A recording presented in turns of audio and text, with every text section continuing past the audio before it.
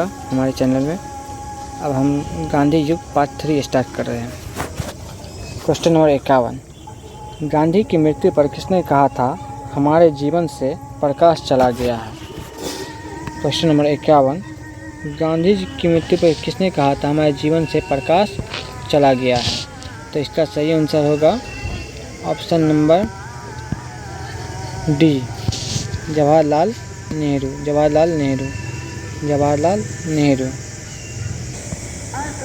30 जनवरी 1948 को नाथूराम गोडसे ने गांधी को गोली मार दी। उनकी मृत्यु पर भारत के तत्कालीन प्रधानमंत्री पंडित जवाहरलाल नेहरू ने कहा था हमारे जीवन से प्रकाश चला गया, हमारे चतुर्दिक अंधकार ही अंधकार है। मैं नहीं समझ पा रहा हूँ कि आपसे क्या कहूँ और कैसे कहूँ। राष्ट्रपिता जिन्हें हम प्यार से बापू कहते थे हमारे बीच नहीं रहे। क्वेश्चन नंबर 52, गांधी जी को वन मैन बाउंड्री फोर्स कहकर किसने संबोधित किया? आंसर माउंटबेटन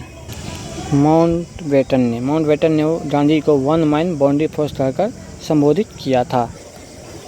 माउंटबेटन ने गांधी जी को वन मैन बाउंड्री फोर्स की उपाधि प्रदान की थी तथा कहा था जो काम 50,000 हथियारबंद सिपाही नहीं कर सकते थे वह काम गांधी जी ने कर दिखाया। क्वेश्चन नंबर 53, निम्न में से किसने महात्मा गांधी को आदेशित किया था कि वह भारत में प्रथम वर्ष खुले कान पर मुंह बंद कर व्यतीत करे? तो इसका सही आंसर होगा गोपाल कृष्ण गोखले। महात्मा गांधी गोपाल कृष्ण गोखले को अपना राजनीतिक गुरु मानते थे। गोपाल कृष्ण गोखले ने ही महात्मा गांधी को आदेशित किया था कि वह भारत में प्रथम वर्ष खुले कान के साथ लेकिन मुंह बंद कर व्यतीत करे। क्वेश्चन नंबर 14, भारतीय राजनीति में प्रवेश के पूर्व 1 वर्ष तक देश में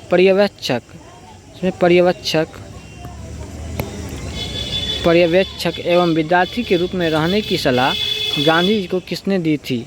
तो इसका सही आंसर होगा गोपाल कृष्ण गोखले। इससे पिछला क्वेश्चन भी यही था, गोपाल कृष्ण गोखले। महात्मा गांधी गोपाल कृष्ण गोखले को अपना राजनीतिक गुरु मानते थे। वर्ष 1915 में अफ्रीका से भारत वापस आने के पश्चात गोपाल कृष्ण गोखले ने उन्हें 1 वर्ष तक भारत का भ्रमण करके देश की वास्तविक स्थिति से अवगत होने की सलाह दी। क्वेश्चन नंबर 55, निम्नलिखित में से कौन कहा करते थे गलत साधन हमें कभी भी सही उद्देश्य तक नहीं ले जा सकते हैं? तो इसका सही आंसर होगा एम के गांधी। क्वेश्चन नंबर 56, निम्नलिखित में से कौन इस सिद्धांत के प्रबल समर्थक थे कि जो नैतिक दृष्टिकोण से गलत है वह राजनीतिक दृष्टिकोण से कभी सही नहीं हो सकता? तो इसका सही आंसर होगा एम के गांधी यानी महात्मा गांधी। क्वेश्चन नंबर 57, गांधी जी ने अपना पहला सत्याग्रह आरंभ किया था? ऑप्शन ए तुर्की पर ब्रिटिश आक्रमण के विरुद्ध, ऑप्शन बी 1935 के भारत सरकार अधिनियम के विरुद्ध, ऑप्शन सी मजदूरों को कम वेतन दिए जाने के विरुद्ध, ऑप्शन डी रॉलेट एक्ट के विरुद्ध। तो इसका सही आंसर होगा ऑप्शन सी मजदूरों को कम वेतन दिए जाने के विरुद्ध। गांधी जी ने सत्याग्रह का प्रथम प्रयोग वर्ष 1917 चंपारण में किया था तथा उसके बाद उसका दूसरा प्रयोग उन्होंने फरवरी-मार्च 1918 में अहमदाबाद की कॉटन मिल के औद्योगिक मजदूरों की कम मजदूरी के विरुद्ध संघर्ष हेतु किया। प्रस्तुत प्रश्न के उत्तर हेतु दिए गए विकल्पों में चंपारण का नाम न होने के कारण अहमदाबाद के सत्याग्रह का प्रयोग का ही प्रथम सत्याग्रह के रूप में चयन किया जाएगा। अहमदाबाद में मिल मालिकों और मजदूरों में प्लेग बोनस को लेकर विवाद था। गांधी के 3 दिन के अनशन जो कि भारत में उनकी प्रथम भूख हड़ताल थी के बाद मिल मालिक इस मामले में मध्यस्थता के लिए तैयार हो गया। अंततः उन्हें बोनस देना पड़ा। क्वेश्चन नंबर 58, निम्न में से किस आंदोलन में महात्मा गांधी ने पहली बार भूख हड़ताल का प्रयोग हथियार के रूप में किया था? ऑप्शन ए असहयोग आंदोलन, ऑप्शन बी रॉलेट सत्याग्रह, ऑप्शन सी अहमदाबाद की हड़ताल, ऑप्शन डी बारडोली सत्याग्रह। ऑप्शन सी अहमदाबाद की हड़ताल। क्वेश्चन नंबर 59, महात्मा गांधी ने भारत में अपना पहला जनभाषण कहाँ दिया था? पहला जनभाषण कहाँ दिया था? ऑप्शन ए बम्बई में, ऑप्शन बी लखनऊ में, ऑप्शन सी चंपारण में, option D Varanasi. Answer option D Varanasi में। महात्मा गांधी ने भारत में अपना पहला जनभाषण फरवरी 1916 में बनारस हिंदू विश्वविद्यालय के उद्घाटन समारोह के अवसर पर दिया था।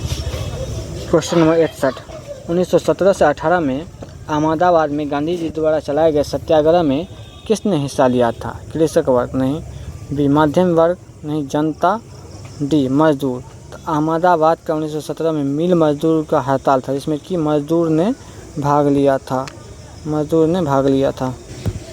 चंपारण की सफलता के बाद गांधी जी का अगला प्रयोग वर्ष 1918 में अहमदाबाद के कॉटन टेक्सटाइल मिल में मिल मालिकों और मजदूरों के बीच मजदूरी बढ़ाने को लेकर चल रहे विवाद में हस्तक्षेप करना था। यह विवाद प्लेग बोनस को लेकर था। प्लेग का प्रकोप खत्म होने के बाद मालिक इसे समाप्त करना चाहते थे, जबकि मजदूर इसे बरकरार रखने का मांग कर रहे थे।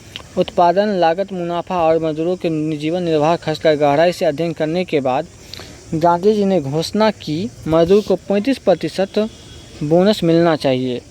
मिल मालिकों द्वारा गांधी के अनशन के बाद गठित ट्रिब्यूनल ने इनकी बात मान ली।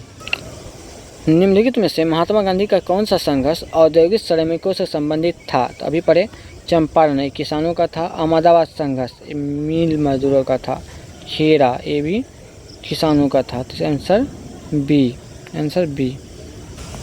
क्वेश्चन 63, निम्नलिखित में से किसके लिए अहमदाबाद सत्याग्रह आरंभ किया गया था? किसानों के लिए, बी सूती मिल कामगारों के लिए, सी आभूषण कारीगरों के लिए, डी प्रेस की स्वतंत्रता के लिए। तो आंसर बी सूती मिल कारीगरों के लिए।